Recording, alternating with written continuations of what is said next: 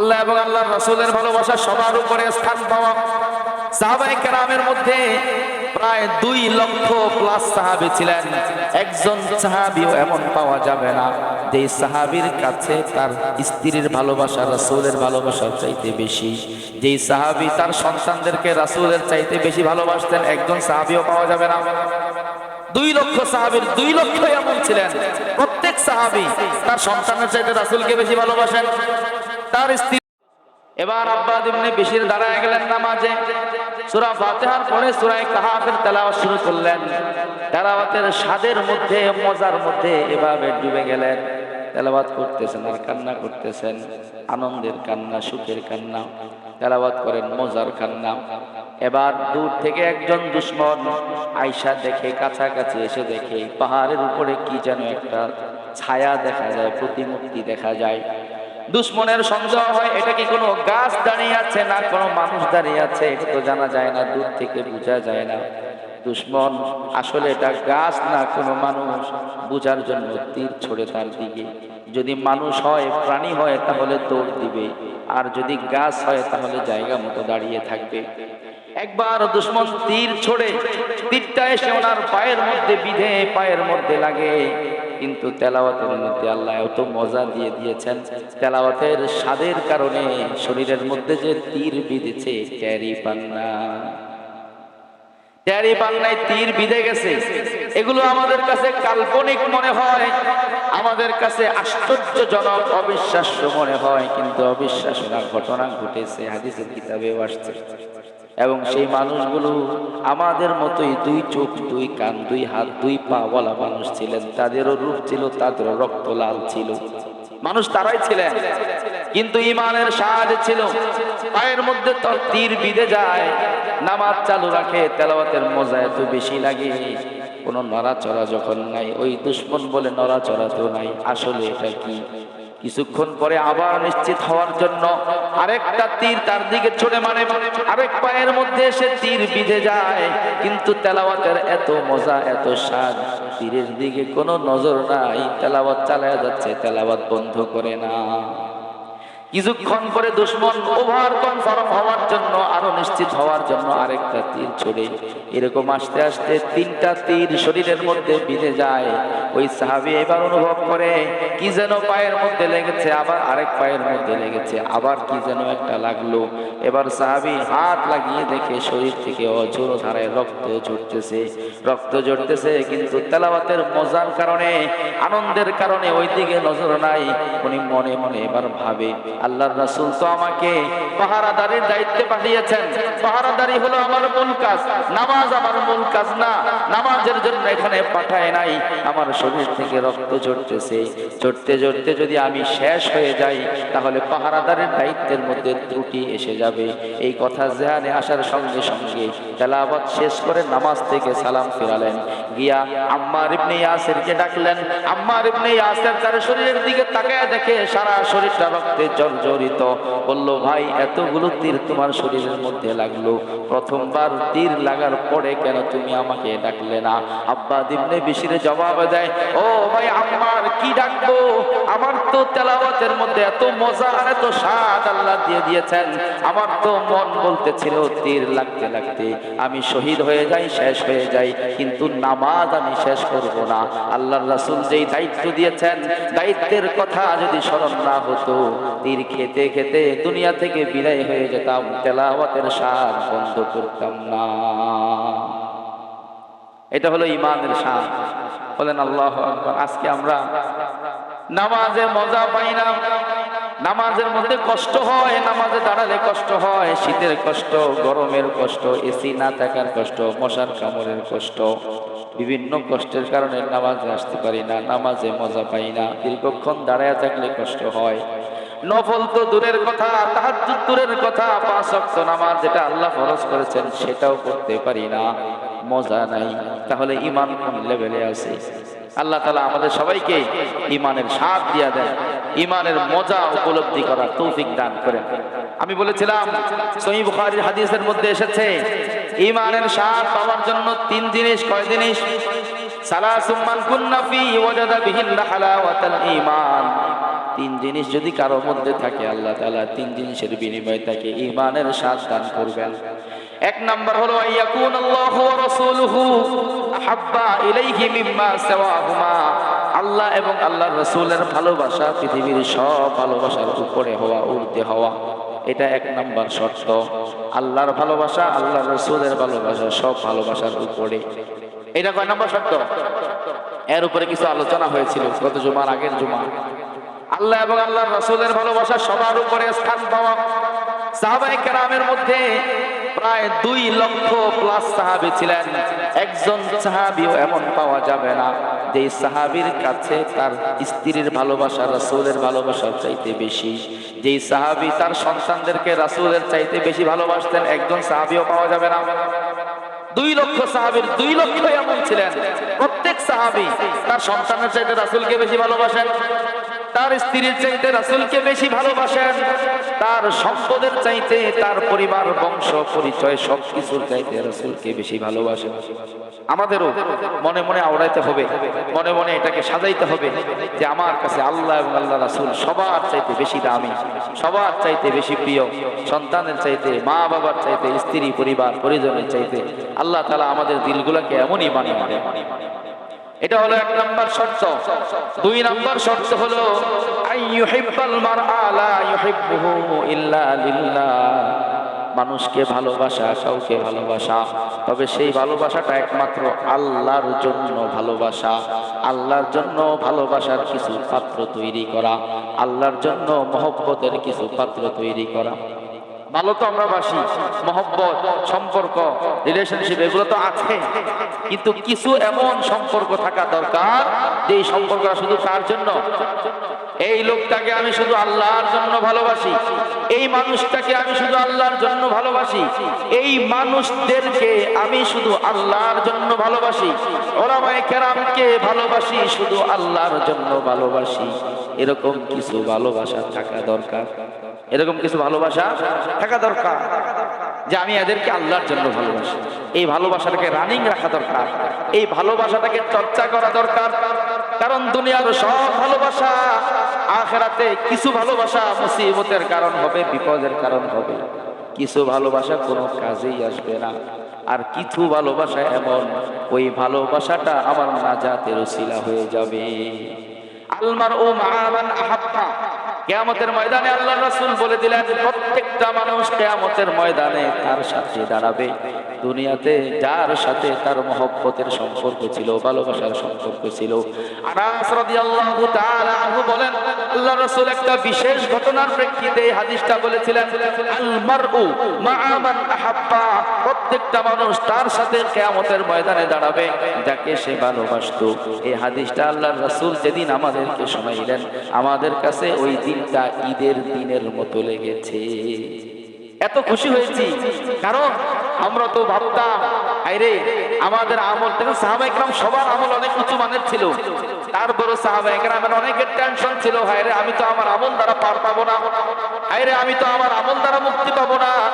সাহাবায়ে কেরামের পরের স্তরের যারা, তারা ভাবতেন আমার আমল তো আবু বকরের সমান না, আমার আমল তো ওমরের সমান না, আমার আমল তো ওসমানের সমান না, আবু বকর পার পেয়ে যাবে, আমি হয়তো আটকে যাব। কিন্তু যেদিন এই হাদিসটা শুনলেন সাহাবায়ে কেরামের মনে আনন্দ, যদিও আমার আমল আবু বকরের পর্যায়ে না, কিন্তু আমি তো আবু বকরকে ভালোবাসি, মহব্বত করি, এই ভালোবাসার উসিলায় আবু বকরের কাতারে হয়তো জায়গা পেয়ে যাব। এই কারণে ভালোবাসাটা রাখার দরকার, একটা উল্লেখযোগ্য ভালোবাসা আল্লাহর জন্য রাখা দরকার, যে আমি এদেরকে আল্লাহর জন্য ভালোবাসি। কোরআনুল কারীমের মধ্যে আল্লাহ রাব্বুল আলামিন বললেন সূরা যুখরুফের 67 নম্বর আয়াতের মধ্যে আল্লাহ বললেন আল আখিল্লাউ ইয়াওমা ইদিন বা'দুহুম লিবা'দিন আদু ইল্লাল মুত্তাকুন। আল্লাহ তাআলা কোরআনের মধ্যে ঘোষণা দিয়ে বললেন, কিয়ামতের ময়দানে দুনিয়ার যত বন্ধু বান্ধব আছে সবাই বাদুহুম লিবাদিন আদু, একজন আরেকজনের দুশমন হয়ে যাবে, একজন আরেকজনকে আটকে দিবে, একজন আরেকজনকে দোষারোপ করবে। নিচু স্তরের লোকেরা উঁচু স্তরের ওয়ালাদেরকে বলবে, মিয়া তোমাদের কারণে আমরা অন্যায় লিপ্ত হয়েছিলাম, তোমাদের সাপোর্টের কারণে আমরা অন্যায় করেছিলাম, তোমাদের সমর্থনের কারণে অপরাধের পথে পা বাড়িয়েছিলাম। একজন আরেকজনকে আল্লাহর কাছে ধরায় দিবে, অভিযোগ দিবে, নালিশ দিবে। আমরাও ছাত্র জীবনে দেখেছি, যদি কোনো ছাত্র বিপদে পড়ে যেত, আটকে যেত, অপরাধী সাব্যস্ত হতো, অন্যদের দোষারোপ করতো। কি বলেন? আরে করতো কিনা? এলাকার মধ্যে কেউ কোনো মামলায় ফেসে গেলে, কোনো ঝামেলায় আটকে গেলে, এবার সে লোক খোঁজে কাকে দোষারোপ করবে, কাকে দেখায় দিবে। কিয়ামতের ময়দানে যখন আটকে যাবে মানুষ, যত সম্পর্কের জায়গা আছে সবাইকে দোষারোপ করবে। সন্তান মা বাবাকে দেখায় দিবে, মা বাবা সন্তানকে দেখায় দিবে, স্বামী স্ত্রীর দোষ দিবে, স্ত্রী স্বামীর দোষ দিবে, বন্ধু বন্ধুর দোষারোপ করবে। তার কারণে আমার আজকে এই পরিণতি। আল্লাহ বললেন সবাই সবার দুশমন হয়ে যাবে, ইল্লাল মুত্তাকুন, তবে যাদের সাথে সম্পর্ক ছিল তাকওয়ার, যাদের সাথে সম্পর্ক ছিল ঈমানের সম্পর্ক, নামাজের সম্পর্ক, মসজিদে এসে নামাজি হওয়ার কারণে সম্পর্ক হয়েছিল, তাবলীগে যাওয়ার কারণে সম্পর্ক হয়েছিল, আল্লাহর রাস্তায় যাওয়ার সময় সম্পর্ক হয়েছিল, দ্বীনি কাজে অংশগ্রহণ করতে গিয়া সম্পর্ক হয়েছিল, তাকওয়ার কারণে যেই ভালোবাসা, আল্লাহ রাসূল বললেন সব সম্পর্ক দুশমনির কারণ হবে, শুধু তাকওয়ার ভালোবাসা, তাকওয়ার সম্পর্কটা নাজাতের ওসিলা হয়ে যাবে। এই কারণে কিছু সম্পর্ক থাকা দরকার, কিসের জন্য? আল্লাহর জন্য। কিন্তু সম্পর্ক এমন হওয়া দরকার, আল্লাহু আকবার। দুনিয়াতে কত অসংখ্য ঘটনা আছে, শুধু ভালো মানুষ শুধু কুসম্পর্কের কারণে, শুধু অসৎ সংস্রবের কারণে ধ্বংস হয়ে গেছে, শেষ হয়ে গেছে। এই যে আজকে বাচ্চারা নষ্ট হয়ে যায়, যুবকরা শেষ হয়ে যায়, অন্যায় পথে চলে যায়, বলেন কিসের কারণে? সংস্রবের কারণে। কিসের কারণে? সংস্রবের কারণে। তাদের সাথে সে চলে, তাদের সাথে তার উঠা বসা, এই উঠা বসা আর সম্পর্কের কারণে আজকে প্রজন্মের পর প্রজন্ম ধ্বংস হয়ে যাচ্ছে। ভালো মানুষের সাথে চলা, ভালো মানুষের সাথে উঠা বসা করা। আল্লাহ রাসূল উদাহরণ দিয়েছেন, ইন্নামা মাসালুল জালিসিস সালিহি ওয়া মাসালু জালিসিস সুই কামাসালি বাই'আত তিবি ওয়া হামিলিল মিসকি ওয়া নাফিখিল কিরি। আল্লাহ রাসূল বললেন, একজন নেককার মানুষের সাথে যে চলে আর অন্যায় অপরাধীর সাথে যারা চলে, দুইটার উদাহরণ হলো দুই ধরনের। কামাসালি নাফিখিল কিরি, একজনে হইল বাই'আল মিসকি, একজনে হলো আতর বিক্রেতার দোকানে যে বসলো, আরেকজন হলো কামারের দোকানে যে বসলো। যে নেককারদের সাথে চলে তার উদাহরণ হলো আতর বিক্রেতার দোকানে বসার মতো। আল্লাহ রাসূল বলেন, আতর বিক্রেতার দোকানে যদি তুমি বসো তাহলে তিনটার যে কোনো একটা হবে, ইম্মা আইয়ুহদিয়াকা ওয়া ইম্মা আন তাবতাআ মিনহু ওয়া ইম্মা আন তাজিদা মিনহু রিহান তাইয়্যিবা। আতর বিক্রেতার দোকানে যদি বসো তাহলে তিনটা ফায়দার যে কোনো একটা হবে, হয়তো আতরওয়ালা তোমাকে সামান্য আতর হাদিয়া দিবে। কি বলেন? হাদিয়া দেয় না অনেক সময়? আতরওয়ালার দোকানে গেলে আরেকজন আসছে আতর কেনার জন্য, তো পাশে কেউ দাঁড়াইলে মুখটা খুলে তার গায়ে একটু লাগায়, হুজুর একটু দেখেন বা একটু দেখেন, আতর লাগায়নি, ফ্রিতে একটু লাগায় দেয়। আল্লাহ রাসূল বললেন, আতর বিক্রেতার দোকানে যদি তুমি যাও তাহলে আতর বিক্রেতার সেখান থেকে কিছু হয়তো তুমি হাদিয়া পেয়ে যাবে, ফ্রিতে তোমার গায়ে সুগন্ধি লাগিয়ে দিবে। আও তাবতাআ মিনহু, অথবা তুমি তার থেকে কিছু আতর ক্রয় করবে, ক্রয় করে তুমি আতরের মালিক হয়ে যাবে। যদি তোমার গায়ে সে নাও লাগায়, তুমি ক্রয় নাও করো, তাজিদা মিনহু রিহান তাইয়্যিবা, তোমার নাকের মধ্যে আতরের সুঘ্রাণ আসবে, আতরের ঘ্রাণটা তুমি ফ্রিতে পেয়ে যাবে। তিনটা ভালোর কোনো একটা তোমার হবেই হবে। বলেন তিনটার কোনো একটা তো হবে। এই তিনটা জিনিস ভালো কিনা বলেন? উলামায়ে কেরামের সাথে তোমার চলা, নেককারদের সাথে তোমার চলা। উলামায়ে কেরামের সাথে চলতে চলতে অনেক মানুষ দেখা গেছে আলেমদের সাথে চলতে চলতে সেমি আলেম হয়ে গেছে।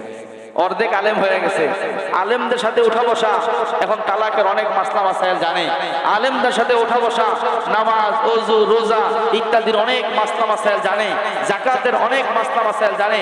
আলেমদের সাথে উঠা বসার কারণে শরীরের মধ্যে প্রভাব পরিবর্তন আসছে, চেহারার মধ্যে পরিবর্তন আসছে, চাল চলনের মধ্যে পরিবর্তন আসছে। এমনও হয়ে যায় দূর থেকে মানুষ হঠাৎ দেখলে তারাও একজন আলেমই মনে করে। কি বলে? তারাও একজন আলেমই মনে করে, হেও মনে কোনো হুজুর। তো অনেকে বলতে ভাই আমি হুজুর না, কিন্তু হুজুরদের সাথে চইলা ব্যাস এটা ধরছে। আলেমদের সাথে চলতে চলতে আলেমদের সূরত অবলম্বন করে ফেলে, আলেমদের চেহারার একটা পরিবেশ তার চেহারার মধ্যে শুরু হয়ে যায়। আল্লাহ রাসূল বললেন, তুমি আতর বিক্রেতার দোকানে যদি যাও, কিছু আতর ফ্রিতে পেয়ে যাবা, অথবা ক্রয় করবা, অথবা গ্রান পেয়ে যাবা। আলেমদের সাথে চলো, নেককারদের সাথে চলো, হয়তো তুমিও নেককার হয়ে যাবে, অথবা নেককারদের কিছু গ্রান তোমার শরীরের মধ্যেও এসে যাবে। উহিব্বুস সালিহিনা ওয়া লাস্তু মিনহুম লাআল্লাল্লাহা ইয়ারযুকুনি সালাহা।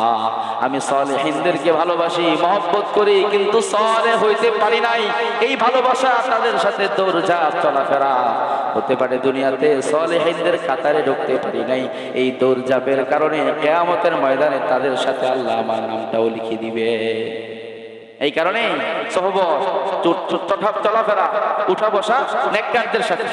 অনেকে প্রশ্ন করে, হুজুর নেককার মানুষও তো খুঁজে পাই না, ভালো হুজুরই তো খুঁজে পাই না, সব হুজুর ডিস্টার্ব, সব হুজুরের ঝামেলা, ভালো হুজুর তো খুঁজে পাই না। আসলেই তো ভালো হুজুর খুঁজে পাওয়াটা অনেক সময় কষ্ট হয়। বর্তমান সময়টা হলো বেজালের সময়, বেজালিলা সময়। সব জিনিসের মধ্যে 2 নাম্বারই, চাউলের মধ্যে 2 নাম্বারই, আটার মধ্যে 2 নাম্বারই, গমের মধ্যে 2 নাম্বারই, সাবানের মধ্যে 2 নাম্বারই, ওষুধের মধ্যে 2 নাম্বারই, তেলের মধ্যে 2 নাম্বারই, সব ডুপ্লিকেট, সব বেজাল। মুফতি শফি সাহেব রহমতুল্লাহি আলাইহি ওনার এক কিতাবের মধ্যে লিখেছেন, বর্তমান জমানাটা হলো বেজালের জমানা, সব জিনিসের মধ্যে বেজাল। এখন বলেন চাউলের মধ্যে বেজাল আছে না নাই? চাউলের মধ্যে বেজাল থাকার কারণে আপনারা সবাই চাল খাওয়া বন্ধ করে দিয়েছেন। হ্যাঁ, যে আজকে থেকে আর চাউল খাবো না, কারণ চাউলে আমরা শুনেছি ডিমের মধ্যেও নাকি বেজাল। আগে ডিম শুধু মুরগি দিত, এখন চীনা ওরাও ডিম পারে। চীনের মানুষ এরাও ডিম বানায়, মুরগি আন্দোলন করবে তাদের বিরুদ্ধে যে আমাদের পাড়া ডিম তোমরা নিয়ে নিলা, আমাদের অধিকার। শুনেছি আমরা, বাস্তবতা জানি না। ডিমও নাকি ডুপ্লিকেট বানায়, সব জিনিসের মধ্যে ডুপ্লিকেট। এই কারণে কেউ জিনিসপত্র ব্যবহার করা বন্ধ করে দেয় নাই, তুলনামূলক যেটা একটু ভালো মনে হয় খুঁজে খুঁজে নেয়। এক লোক এক দেশের মধ্যে, এই বর্তমান জমানার একজনই, সে জানে সব ডুপ্লিকেট, সব বেজাল। এই দুনিয়াতে আর থাকতামই না বেজাল্লা দুনিয়ায়, যেখানে যাই সেখানেই বেজাল। এখন সে বলছে যে আত্মহত্যা করবে, সুইসাইড করবে, বিষ খেয়ে মারা যাবে। তো দোকান থেকে বিষ কিনে আনছে, মারা যাবে, বেজাল্লা দুনিয়ায় থাকবে না। মানে বিষ তো খেয়ে ফেলছে বাসায় না, বিষ খাওয়ার পরে অপেক্ষমান যে আজরাইল আসবে, দুনিয়া থেকে বিদায় হবে। এমন একদিন পার হয়ে গেছে, মরে না, পার হয়ে গেছে, মরে না। পরে খোঁজ নেওয়া দেখলো যে বিষ খাইছে, মরার জন্য বিষটাও ভেজা। পরে বলে, আহারে এই ভেজাল্লা দুনিয়া থেকে মুক্তি পাইলাম না, মরার জন্য বিষ নিলাম, সেখানেও ভেজা। আসলেও তা, আসলেও কি তা? আল্লাহু আকবার। তো ভেজাল তো সব জায়গায়, ভেজালের কারণে তো আমি খাওয়া দাওয়া বন্ধ করি নাই। ডাক্তারদের মধ্যে এত প্রবলেম, কিন্তু ডাক্তারের কাছে যাওয়া তো বন্ধ করি নাই। ওলামায়ে কেরামের মধ্যেও ভেজাল থাকতে পারে, সালেহিনদের মধ্যেও ভেজাল থাকতে পারে, কিন্তু আমার জমানার ওলামায়ে কেরামের সাথে চলা ছাড়া আল্লাহর সম্পর্ক হাসিল করার কোনো রাস্তা নাই। এই জমানায় যদি আমি আল্লাহকে পাইতে চাই, আখিরাতের নাজাত পাইতে চাই, ওলামায়ে কেরাম ছাড়া রাস্তা নাই, মসজিদ ছাড়া রাস্তা নাই, মাদ্রাসা ছাড়া রাস্তা নাই। আমাদের ওলামায়ে কেরাম বলেন, বর্তমান জমানার এই কওমি মাদ্রাসা, এক একটা মাদ্রাসা হলো মিসলা সাফিনাতি নূহ আলাইহিস সালাতু ওয়াস সালামের কিস্তির মতো। সারা পৃথিবীতে কুফুরের আযাব এসে গেছে, বাঁচার কোনো রাস্তা নাই। নূহ আলাইহিস সালাতু ওয়াস সালামের জমানায় বাঁচার একটা রাস্তা ছিল, ওনার নৌকা। যারা নৌকায় উঠেছে তারাই বেঁচেছে, যারা ওঠে নাই তারা বাঁচে নাই, বাঁচতে পারে নাই। এক একটা কওমি মাদ্রাসা নূহ আলাইহিস সালাতু ওয়াস সালামের জাহাজের মতো। এখানে যারা উঠেছে অথবা এখানের সাথে যাদের সম্পর্ক ঈমান তাদের বেঁচে যায়, তারাই ঈমানের উপরে থাকতে পারে, অন্যথায় ঈমানের উপরে থাকা অনেক কঠিন। আমি আমার সব আলোচনায় শুধু এটাই বুঝাই, শুধু ঈমানের উপরে থাইকো ভাই। আজকে আমাদের এক অভিভাবক ওনার সন্তানটাকে নিয়ে যাবেন, হ্যাঁ, অন্য জায়গায় নিয়ে, অন্য মাদ্রাসায় না, মানে কমই শিক্ষা ব্যবস্থা থেকেই চলে যাবে। অনেক চেষ্টা করেছেন বেচারা, কিন্তু পারেন না শেষ পর্যন্ত। তো আমার দোয়া করছি, আল্লাহ এই সন্তানটা অন্য জায়গায় গিয়ে যেন ঈমানের উপরে বহাল থাকে। আমার বড় আশা, বড় ভয় হয়, আশঙ্কা হয় যে এই দ্বীনের সাথে লাগাতার রিলেশন, ওলামায়ে কেরামের সাথে ধারাবাহিক সম্পর্ক ছাড়া ঈমানের উপর টিকে থাকা অনেক কঠিন। কারণ মানুষ জানে না কোন কথার কারণে ঈমান চলে যায়, ঈমান চলে যাওয়ার স্তর কোনটা, এরপরে যার ঈমান থাকে না, এই বিষয়গুলো জানা নাই। আল্লাহ রাসূলের পরে এই কুফরি জামানায় যেটা হয়েছে, সর্বপ্রথম যেটা হয়েছে সেটা হলো ঈমান কুফরের মাঝখানের দেয়াল উঠে গেছে, ঈমান কুফরের মাঝখানের বাউন্ডারি উঠে গেছে। কোনটা ঈমান কোনটা কুফর সাহাবায়ে কেরামের জামানায় স্পষ্ট ছিল। 1200 বছরের ইতিহাসে ঈমান কুফরের মাঝখানের দেয়ালটা স্পষ্ট ছিল, কিন্তু এই জামানায় এসে ঈমান কুফরের দেয়ালটা উঠে গেছে। মুসলমানরা কুফরি কাজ করে আবার সেটার পক্ষে দলিলও দেয়। মুসলমানরা বোঝে না এই কাজটা যে কুফরি। আমরা কতবার বলি যে কাফেরদের বিভিন্ন উৎসবে মুসলমানরা শুভেচ্ছা জানায়, আন্তরিকতা জানায়, মোবারকবাদ জানায়, শিরকি উৎসবে জানায় কিনা বলে, এই কাজগুলা যে ঈমান ভঙ্গের কারণ মুসলমানরা ভুলে গেছে। এই কাজগুলা থেকে মানুষকে ঈমান হারা বানায় দেয়, মুসলমানরা ভুলে গেছে।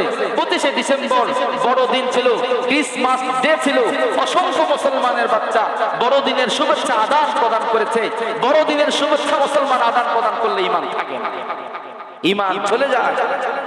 কি কি কারণে ঈমান চলে যায় মুসলমান আজকে ভুলে গেছে। এই কারণে সেটা ওলামায়ে কেরামের সাথে থাকা ছাড়া, ওনাদের দিক নির্দেশনায় জীবন চালানো ছাড়া ঈমানের উপরে থাকা অনেক কঠিন। আমি বলি ঈমানকে ধরে রাখা, ঈমান ধরে রাখার জন্য ওলামায়ে কেরামের সোহবত, ওলামায়ে কেরামের সম্পর্ক, এটা ছাড়া উপায় নাই। এই মাদ্রাসাগুলোর সাথে নিজেদেরকে ধরে রাখা। এই কারণে আল্লাহ রাসূল বলেছেন, এই হাদিস আরেকবার শুনিয়েছিলাম, কুন আলিমান, হয় তুমি আলেম হয়ে যাও, আও মুতাআল্লিমান, অথবা কোন আলেমের ছাত্র হয়ে যাও, আও মুস্তামিআন, অথবা কোন আলেমের শ্রোতা হয়ে যাও, নিয়মিত তার বক্তব্য শোনো, তার কথাবার্তা শোনো, আও মুহিব্বান, 4 নম্বরে যদি শোনারও সময় না হয়, কোন আলেমকে মহব্বত করো, ভালোবাসো। এই 4 সিরিয়ালের মধ্যে থাকলে তোমার ঈমান হেফাজত থাকবে। আর এই 4 সিরিয়াল থেকে যদি তুমি বের হয়ে যাও, ওয়া তাকুনিল খামিস, 5 নম্বরে যেও না, এই 4-এর বাহিরে যেও না, ফাতাহালিকা, আমি রাসূল বলে দিলাম, এই 4-এর বাহিরে যদি চলে যাও তাহলে তুমি ধ্বংস হয়ে যাবে, বরবাদ হয়ে যাবে, ঈমান হারা হয়ে যাবে, কেউ তোমার ধ্বংস ঠেকাতে পারবে না। এই কারণে এই মাদ্রাসাগুলোর সাথে সম্পর্ক রাখা। সন্তানাদিকে আগে আমরা বলতাম যে আপনার 2টা ছেলে, 3টা ছেলে, 5টা ছেলে, এর মধ্যে একটাকে মাদ্রাসায় দেয়, কিন্তু এখন বলতে বাধ্য, আমি মাদ্রাসার মুহতামিম হিসেবে মাদ্রাসার ক্যাম্পাসারি করতেছি না, মাদ্রাসার মুহতামিম হিসেবে মাদ্রাসার প্রচারণা চালাচ্ছি না। আমি আমার ওসিয়তনামায় লিখে দিয়েছি, আমাকে আল্লাহ 3টা সন্তান দান করেছেন, আমার যদি 10টা সন্তান হয়, আমার যদি 20টা সন্তান হয়, আমার সন্তানগুলো কওমি মাদ্রাসায় পড়বে, এর বাহিরে একজনেরও পড়ার অনুমতি নাই। স্পষ্ট লিখে দিয়েছি, আমার সন্তানাদি কওমি মাদ্রাসায় পড়বে, কারণ আমার কাছে ঈমান আগে, আমার কাছে ক্যারিয়ার আগে নয়, আমার ঈমান আগে, আমার তাওহীদ আগে, আমার আখিরাত আগে। এই কারণে আপনাদের কাছেও আবদার, জানুয়ারি মাস চলতেছে, সন্তানকে ইঞ্জিনিয়ার বানান, ডাক্তার বানান, কোনো নিষেধ নাই, কিন্তু মূল শিক্ষাটা, ঈমান এবং ইসলামের শিক্ষাটা, প্রাইমারি শিক্ষাটা, এটা ছাড়া সরাসরি ওখানে দিয়ে না, ওখানে সরাসরি ঈমানের সবক সে পাবে না, তাওহীদের সবক সে পাবে না। এই কারণে দেখা যায় অনেক বড় ডক্টর, অনেক বড় ইঞ্জিনিয়ার, অনেক বড় লয়ার, কিন্তু কোরআনের মৌলিক বিষয়গুলো জানে না। আছে না নাই বলেন? কোরআন তেলাওয়াত করতে জানে না, কোন কথার কারণে মানুষ বেঈমান হয়ে যায় জানে না। ইসলামের অনেক বিধান যখন অন্যরা প্রশ্ন তোলে, তার মাথা হেড হয়ে আসে, মাথা নিচু হয়ে যায়। ওদিন অনেক বড় শিক্ষিত লোকদের একটা আলোচনা শুনতেছিলাম, ইসলামের 3 তালাকের বিধানের উপরে পশ্চিমাদের কিছু আইনজীবীরা একটা আপত্তি তুলেছে। মুসলমানের আইনজীবী বাচ্চা, মুসলমানের সন্তান, তারা তাদের সামনে পশ্চিমারা ইসলামের 3 তালাকের বিধানের উপরে আপত্তি তুলেছে। তারা সবাই বলে ইসলামের এই বিধানটার কারণে আমাদের মাথা নিচু হয়ে যায়, নাউজুবিল্লাহ। ইসলামের বিধান কারণে মুসলমানের সন্তানের মাথা নিচু হয়ে যায়। তারা হলো যুগের অনেক শিক্ষিত মানুষ। আমি আলোচনা শোনার পরে বললাম, আরে যে বিধানের কথার কারণে তোমাদের মাথা নিচু হয়ে যায়, ওই বিধানের মধ্যে আল্লাহ মানুষের এত কল্যাণ রেখে দিয়েছেন, ওইটা জানার পরে আমি মুসলমানের মাথা উঁচু হয়ে যায়। যেটার কারণে তোমাদের মাথা নিচু হয়, আমার মাথা উঁচু হয়, কারণ আমি জানি আল্লাহ এটার মধ্যে কত বড় কল্যাণ রেখে দিয়েছেন। এখন তুমি ইসলাম সম্পর্কে অজ্ঞ হবার কারণে তুমি জানো না, তুমি বুঝো না, ইসলামের মৌলিক তোমার জ্ঞান নাই, এই কারণে তোমার মাথা নিচু হয়ে যায়। এই কারণে আমার ভাইয়েরা, সবার কাছে অনুরোধ, আপনাদের সন্তানদেরকে কোরআনের মূল শিক্ষাটা, ইসলামের প্রাথমিক শিক্ষাটা অবশ্যই দিবেন। দিবেন কিনা বলেন? এটা ছাড়া বিকল্প উপায় নাই, নাই নাই আর উপায় নাই। আপনার সন্তান কোরআনের সাথে সম্পর্ক নাই, এই কারণে আমরা দেখেছি যারা প্রাথমিক শিক্ষাটা মাদ্রাসায় পড়ে আসছে, কোরআন সহি করেছে, কোরআন তাদের এক জমানায় কোরআনের সাথে সম্পর্ক ছিল, পড়ালেখা হয়ে গেছে, সে বড় ইঞ্জিনিয়ার হলেও অথবা সে বড় পুলিশের অফিসার হলেও দেখা যায় তার আচরণ ইসলামের পক্ষে থাকে, ওলামায়ে কেরামের পক্ষে থাকে, তার চালচলন অন্যদের থেকে ডিফারেন্ট থাকে, থাকে কিনা বলেন? কিন্তু যেই সন্তানটা কোরআনের স্পর্শই পায় নাই, কোরআনের সাথে রিলেশন হয়ই নাই তার জীবনে কোনোদিন, সে মুসলমান হওয়ার পরে তার শক্তি ইসলাম ও মুসলমানের বিপক্ষে ব্যবহার হয়, ঠিক কিনা? ইসলাম ও মুসলমানদের বিপক্ষে তার মেধা ব্যবহার, নাউজুবিল্লাহ।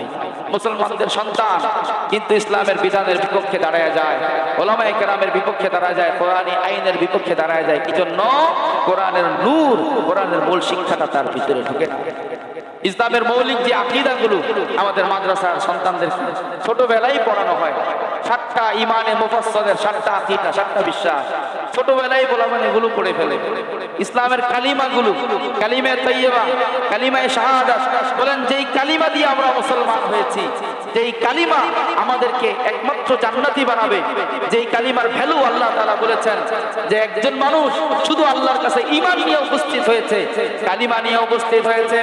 মুসলিম শরীফের হাদিসের মধ্যে পাওয়া যায়, একজন মানুষ আল্লাহর দরবারে যায়, তার কোনো আমল নাই, তার আমলগুলা যখন দেখানো হলো নেক আমল নাই, আল্লাহ বললেন তুমি তোমার আমলগুলোর দিকে যাও, এখন তোমার আমলগুলো মাপা হবে।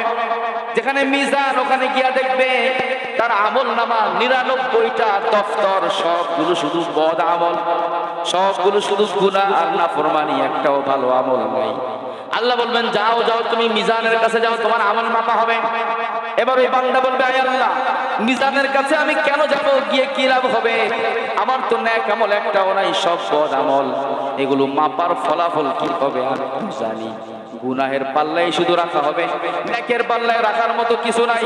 আগেই তো আমি ধরা খেয়ে গেলাম, আমার তো নাজাতের রাস্তা নাই, মেপে কি লাভ হবে? আল্লাহ বলবেন না, যাও যাও, আগে মাপা হোক। এবার বান্দা যাইতে চাইবে না, আল্লাহ বলবেন ঠিক আছে তুমি যাও, ইন্না লাকা ইনদি হাসানাতান, তোমার জন্য আমার কাছে একটা ছোট্ট নেক আমল আছে, এই জিনিসটা আমি দিয়ে দেই। লা যুলমাল ইয়াউম, আজকের দিনে কারো উপরে জুলুম করা হবে না, ছোট্ট একটা নেক আমল আছে, এটা নিয়ে তুমি মাপার কাছে যাও, আমল নামার কাছে যাও। এই কথা বলার পরে আল্লাহ তাআলা ছোট্ট একটা কাগজের টুকরা বের করবেন, সুম্মা আখরাজা লাহু বিতাকা, ছোট্ট একটা কাগজের টুকরা বের করে তার হাতে তুলে দিবেন। সেই কাগজের টুকরার মধ্যে কিছুই লেখা নাই, শুধু লেখা আছে লা ইলাহা ইল্লাল্লাহু মুহাম্মাদুর রাসূলুল্লাহ। আল্লাহ বলবেন এই কাগজের টুকরাটা নিয়ে মাপার কাছে যাও। বান্দা বলবে ইয়া আল্লাহ মা তাফআলু হাযিহিল বিতাকাতু দুনা হাযিহিস সিজিল্লাত, আল্লাহ 99 দফতর শুধু গুনাহ আর নাফরমানি, আর একটা মাত্র কাগজের টুকরা, একটা কালিমা লেখা, এই কাগজের টুকরা 99 দফতরের মোকাবেলায় কি কাজে আসবে? 99 দফতর তো ভারী হয়ে যাবে, এটা দিয়ে কি কাজে আসবে? আল্লাহ বলেন ও বান্দা, কাগজের টুকরাটা নিয়ে যাও, নেক আমলের পাল্লায় রাখো। এই কাগজের টুকরার মধ্যে আমি আল্লাহর নাম আছে, কালিমা লেখা আছে। আমি আল্লাহর কালিমার সমপরিমাণ পৃথিবীর আর কোনো বস্তু হতে পারে না। এবার সে কাগজের টুকরাটা নিয়ে যাবে, ডানের পাল্লায় কাগজের টুকরাটা রাখবে, বামের পাল্লায় সবগুলো নাফরমানি উঠানো হবে।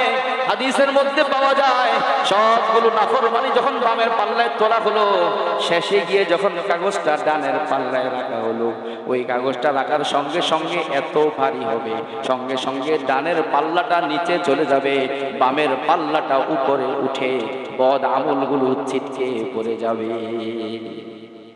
এই হলো কালিমার পাওয়ার, কালিমার ওজন। এই কালিমা একমাত্র নাজাতের মাধ্যম। কিন্তু বলেন দুঃখজনক বাস্তবতা, আমরা অনেক মানুষ আছি কালিমাটা সহিভাবে উচ্চারণ পারি না। বলেন পারি কিনা? এরকম অনেকে আছি কালিমার শুদ্ধ উচ্চারণ জানি না। কালিমা কিভাবে উচ্চারণ করলে কালিমার অর্থ ঠিক থাকে এটা অনেকে জানি না। লা ইলাহা ইল্লাল্লাহু, অনেক মানুষ বলে ইল্লাল্লাহ, বলে কিনা বলে? আবার লা ইলাহার মধ্যে টান দেয় না। লা মানে নাই, ইলাহা মানে কোন মাবুদ, ইল্লাল্লাহ মানে আল্লাহ ছাড়া, আল্লাহ